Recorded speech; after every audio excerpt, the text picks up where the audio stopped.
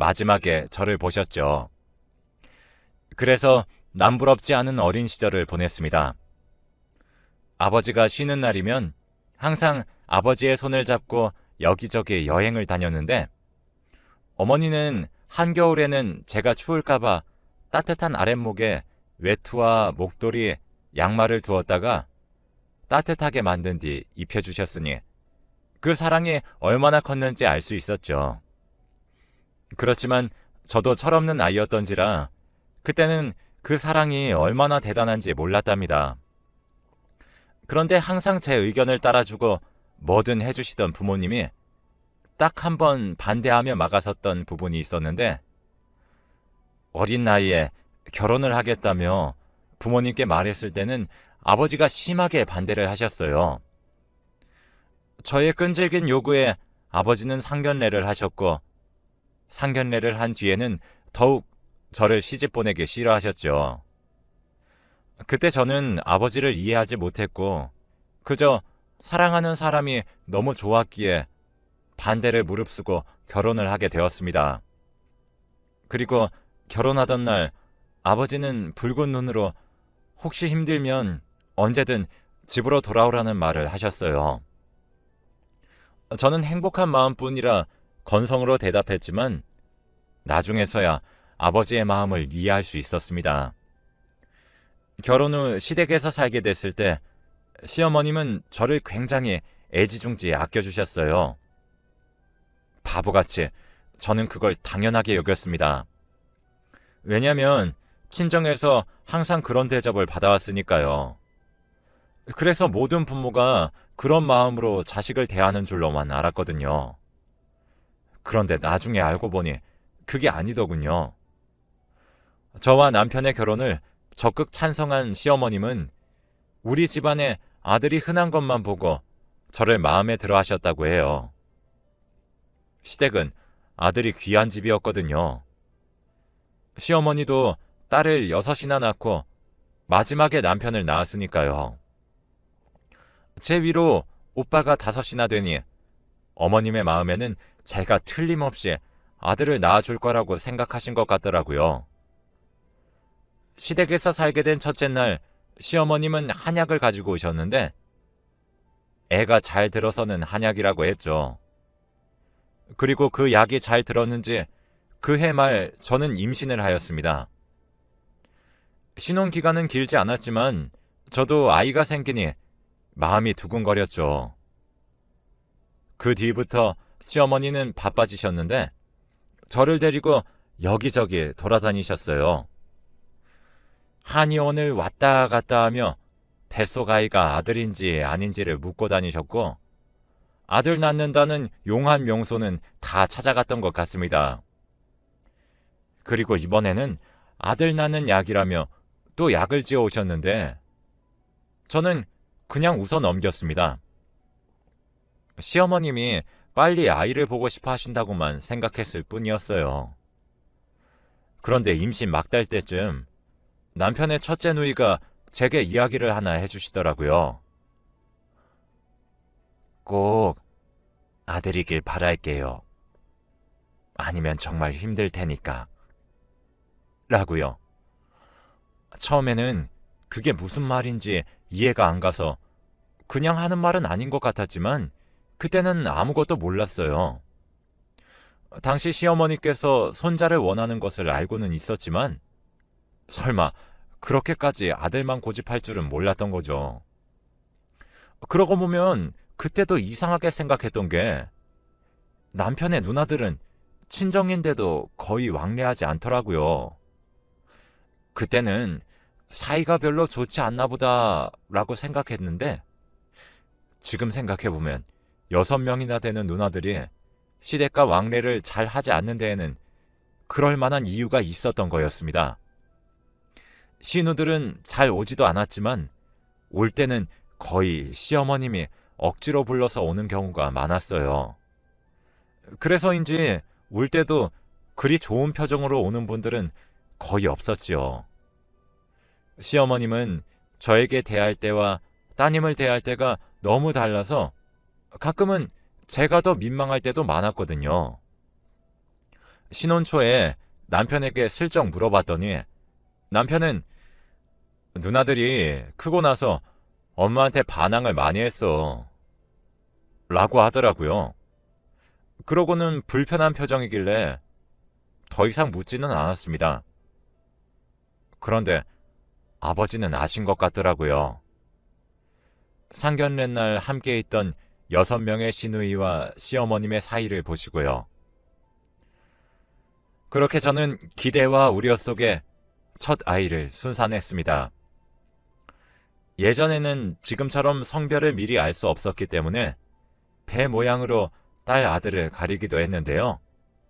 시어머님은 배가 둥글고 커다란 게 꼭 아들 같다며 말하시곤 하셨어요. 그런데 막상 낳고 보니 딸이었습니다. 금방 태어났는데도 새초롬하게 이쁜 모습이었죠. 병원에서 첫날을 보내는데 시어머님이 오셨는데 그 눈빛이 너무 무서웠습니다.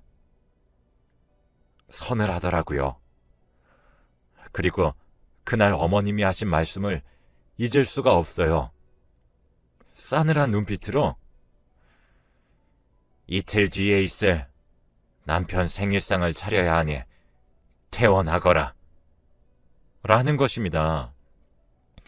너무나 잘해주시던 시어머니께서 그렇게 차가운 눈초리를 하며 저에게 짐을 싸라고 이야기할 때 저는 어안이 벙벙하기도 했고 서럽기도 했고 게다가 병실 안에 있던 많은 산모들이 저를 향해 안쓰러운 눈빛을 보내는 것도 너무나 싫었어요. 그들은 꽃다발이며 금반지며 순산의 선물을 받고 있었는데 저는 어머니께 타박을 받으며 짐을 싸야 했습니다. 결국 시어머니의 성화에 못 이겨 시댁으로 돌아온 날 저는 너무나 큰 통증으로 몸져 누웠는데 시어머니는 가지가지 한다며 아픈 저에게 꾀병이라고 몰아세우더군요. 그러면서 열이 난다는 핑계로 저를 차가운 골방에서 쉬게 했습니다. 저는 너무 아파서 참다 몰래 친정에서 챙겨왔던 약을 주워 먹고는 3일을 꼬박 앓은 뒤에야 일어날 수 있었는데 저는 그때 산후조리를 못해서 아직까지도 허리나 골반, 손목이 저릿하고 아픈 일이 많습니다. 자리에서 겨우 일어난 저에게 시어머님은 남편 생일상도 안 차려주는 나쁜 며느리라고 하셨죠. 딸이 태어난 뒤 저에게 굉장히 잘해주시며 살갑게 대주셨던 시어머님은 곧 태도를 돌변하여 저와 제 딸아이를 쥐잡듯이 잡기 시작했어요. 저를 아침부터 저녁까지 부리고 사사건건 못하는 것들을 꼬집어 혼내시기 바빴습니다. 가끔은 어린 딸아이 젖을 주는 것도 탐탁지 않아 하셔서 몰래 아이에게 젖을 물리곤 했습니다. 딸아이에게는 쓸모없는 아이라 말하며 저를 상처 주었고 저에게도 아들을 낳지 못한 죄인이라며 대놓고 타박을 주셨죠. 그뿐이 아닙니다. 출산하고 한 달이 넘도록 못 먹은 미역국이 너무 먹고 싶어서 친정 어머니께 이야기를 해서 미역국을 가져왔는데 시어머님은 제 눈앞에서 미역국을 다 버리며 아들도 못 낳은 것이 먹기는 잘 처먹는구나 라는 말을 하셨어요. 그때 정말 너무 우라가 치밀었어요. 다른 것보다 친정엄마가 제 상황을 알고 있었기 때문에 전복이며 황태며 몸에 좋은 것 가득 넣어서 정성스레 만들어준 미역국이었는데 그걸 다 버리게 돼서 속상하였죠. 그렇지만 저는 남편을 사랑했고 결혼을 지속할 마음이 있었기 때문에 그렇게 어머님의 구박을 버텨냈습니다. 그 와중에 남편은 저와 시어머님 사이에서 곤란한지 모르는 척하거나 피하는 일이 많았고 곧 외박이 잦아졌습니다. 저는 어린 딸과 가족을 지키기 위해 악착같이 버텼는데 그러던 중 몸이 안 좋아져 저는 병원을 찾게 되었어요. 정밀 검사를 위해 잠시 입원해 있어야 한다는 말에 저는 병실에서 의사를 기다리고 있었고, 보호자가 있어야 한다는 말에 연락이 되지 않는 남편과 불편한 시어머님 대신에 친정엄마를 불렀습니다. 그리고 시어머님께 병원에 입원해야 한다고 전화로 말씀드렸죠. 그런데 1시간도 안 돼요. 시어머님이 제 병실로 찾아오셨더라고요. 집에 있던 제 옷과 물건들을 보따리에 가득 실은 채 병실에 두시고는 말하더라고요. 아들도 못 낳고 1년이 넘도록 임신도 못하는 며느리는 필요 없다. 그러니 이혼하거라. 애비한테는 내가 말해 놓았다. 하시더라고요. 청천벽력 같은 말에 저는 당황하며 물었습니다. 정은 아빠가 그걸 승낙했다고요? 라고요. 그랬더니 시어머님이 당연히 승낙했으니 내가 여기 온 거 아니겠니? 하셨어요. 그리고 그 광경을 반찬을 싸서 제 병실로 들어오던 저희 친정엄마도 보고 말았죠. 저와 시어머님의 대화에 친정엄마는 너무 충격을 받으셨는지 문 앞에서 기절하시고 말았어요. 저도 놀라고 거기에 들어오던 간호사들도 놀라 허둥대는데 시어머니만 전혀 미안한 기색도 없이 코웃음을 치시더니 제게 말하시더라고요. 네 어머니처럼 너도 아들을 순풍순풍 낳아줬으면 애초에 이럴 일 없었을 것 아니야? 하고요. 쓰러진 친정엄마를 흔들며 들은 그 말은 제가 죽는 날까지 잊혀지지 않을 겁니다. 아직도 생생하게 그날의 기억이 떠오르니까요. 입원한 딸 간호해주러 왔다가 기절한 친정엄마와 나란히 병실에 누워서 검사를 받는데 마음이 너무 안 좋았어요. 그런데 검사 결과가 더 저를 마음 아프게 했습니다. 제 몸이 안 좋아진 이유가 임신 때문이라고 하더군요. 저는 그때 생각했습니다. 임신을 했다고 하면 이혼 이야기를 없던 걸로 해주지 않을까? 하고 말이에요. 그냥 누워있을 수가 없어서 저는 이틀 만에 시댁으로 향했죠. 임신했으니 그 이야기를 하고 이혼 이야기를 없던 걸로 해달라고 요청하기 위해서요.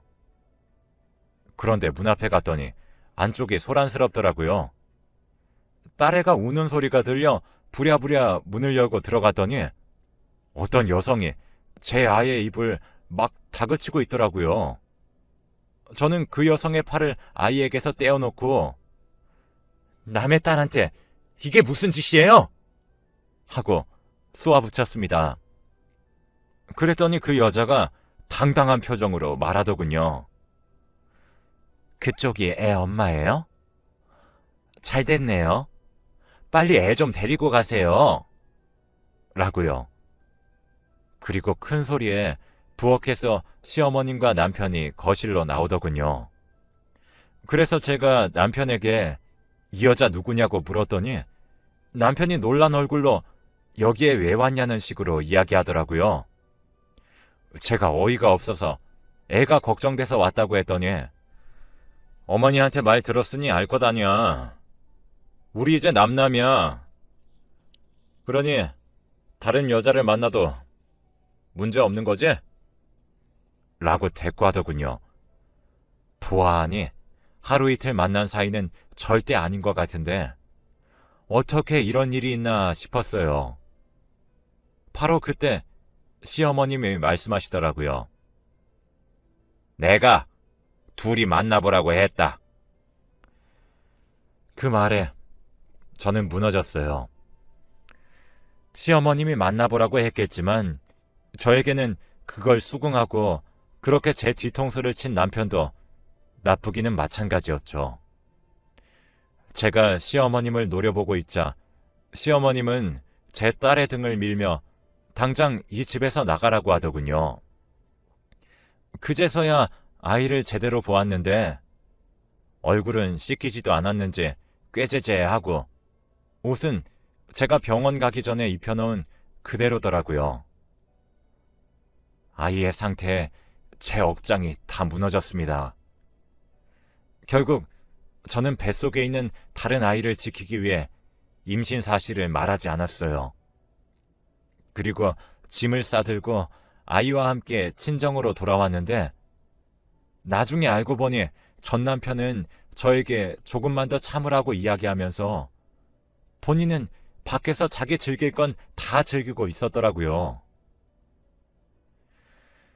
친정 부모님은 저의 선택을 존중해 줬습니다.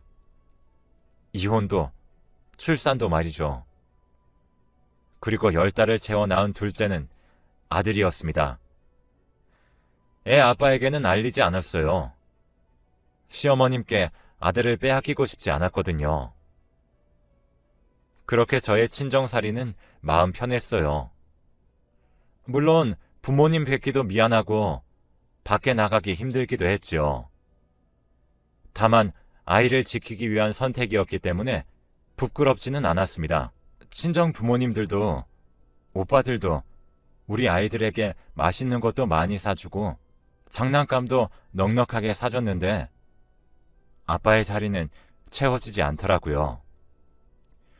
그때 저희 친정 아버지가 선을 보라고 하셨는데 아버지께서 좋게 봐온 사람이 있다고 했어요. 저는 싫었습니다. 이혼녀에 애 둘이나 딸린 제가 이제와 사람을 만나면 뭐 하겠냐고 싫다고 했지만 아버지의 끈질긴 설득 끝에 이제 막 대학 교수가 된 지금의 남편을 만났습니다. 나이 차이가 많이 났지만 참으로 편안한 사람이었습니다.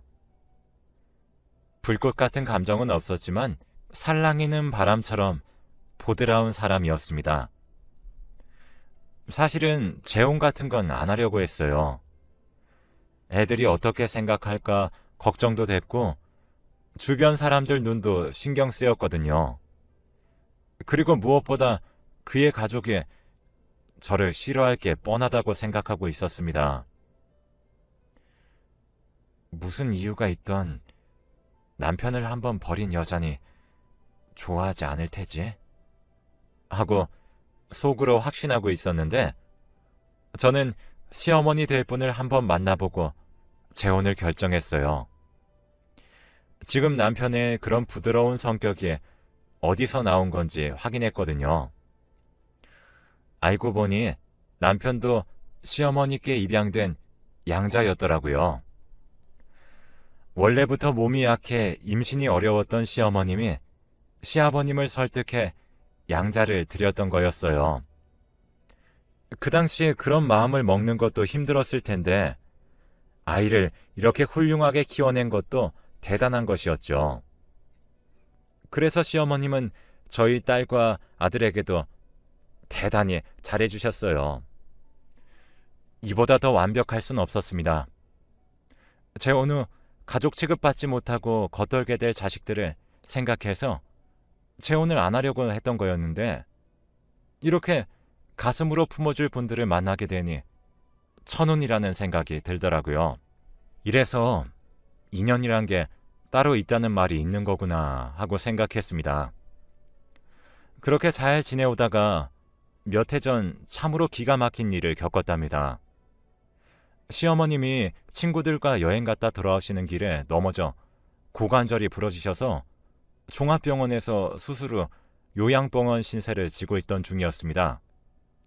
제가 모시고 싶었지만 재활이 중요한 시기였고 전문적인 의료진의 케어가 있어야 했기 때문에 어쩔 수 없이 입원을 시켜드렸어요.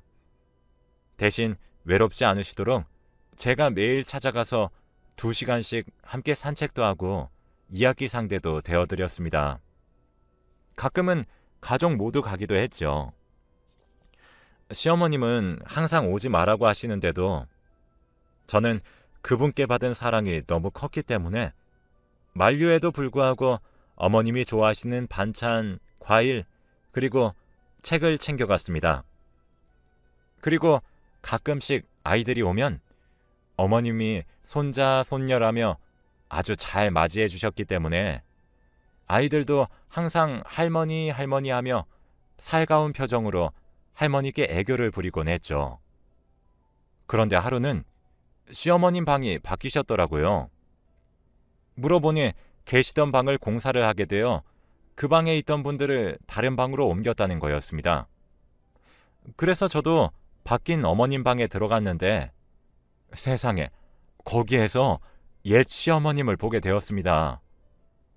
알고 보니 예전부터 그 병원에 계셨더라고요. 저는 그걸 모르고 저희 시어머니만 챙겨드렸을 뿐이니까요. 저는 굉장히 불쾌했지만 모른 척하며 저희 시어머님께 잘해드렸어요.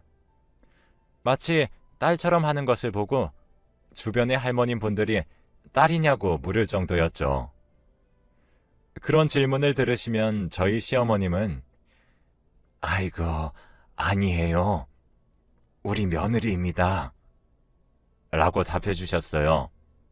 그랬더니 아유, 무슨 며느리가 그렇게 시어머님을 딸처럼 잘 챙겨요? 라고 얘기를 하시더라고요.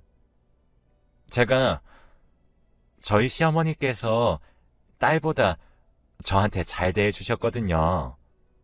라고 대답을 했습니다. 그랬더니 주변 사람들이 며느리한테 얼마나 잘해주셨으면 며느리가 저렇게 잘할까? 라고 얘기를 했고, 그때 마침 남편과 아이들도 방문했더라고요.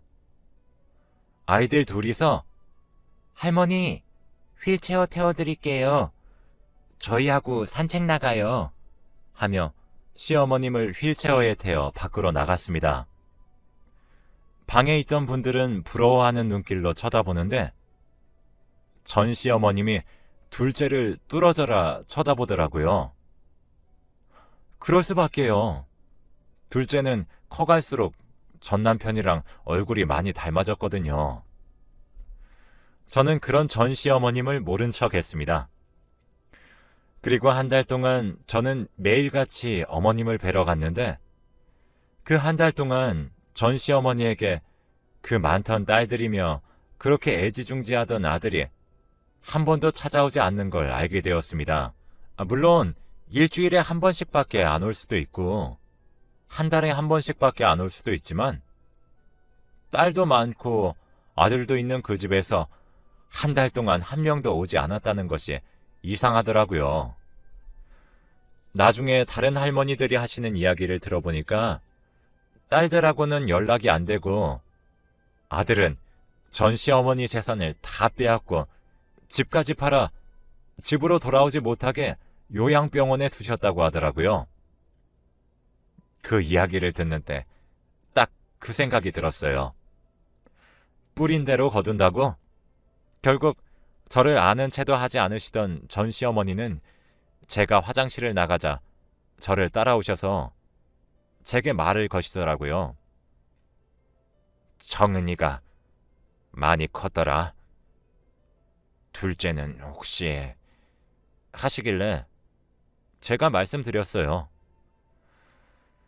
둘째는 정은이랑 아빠가 달라요. 그러니 신경 쓰지 말아주세요. 하고요. 누가 봐도 전 남편과 닮았지만 저는 전 시어머니께 빌미를 주고 싶지 않았습니다. 혹시라도 지금이라도 아이를 데려가겠다고 할까봐요. 물론 다 큰 성인이고 아이들도 양아버지와 양할머니를 깊이 사랑하고 있기 때문에 그런 생각은 하지도 않을 테지만요. 저는 그분을 놔두고 돌아왔고 그리고 2주는 더 지나서야 어머님과 함께 저희 집으로 함께 올 수 있었습니다. 태어날 때는 남편과 저희 아이들까지 북적거리며 할머니를 호위하듯 모시고 나왔는데 그걸 부러운 듯 쳐다보는 그분을 보고 있자니 마음이 이상하게 차분해지더라고요. 정말 세상이 좁구나 하는 것을 다시 한번 느낄 수 있었습니다. 하고 많은 요양병원 중에 어떻게 한 곳에 두 분이 같이 계셨을까 하는 생각이 들었습니다. 다만 한편으로는 측은한 마음도 들어 착잡합니다. 저를 그렇게 모질게 내모시고 떵떵거리며 잘 살기라도 하셨으면 제가 이런 기분이 들지 않았을까요? 다만 그런 모습을 보고 나니 최대한 지금의 현실에 감사해야 하며 살아가야 한다는 걸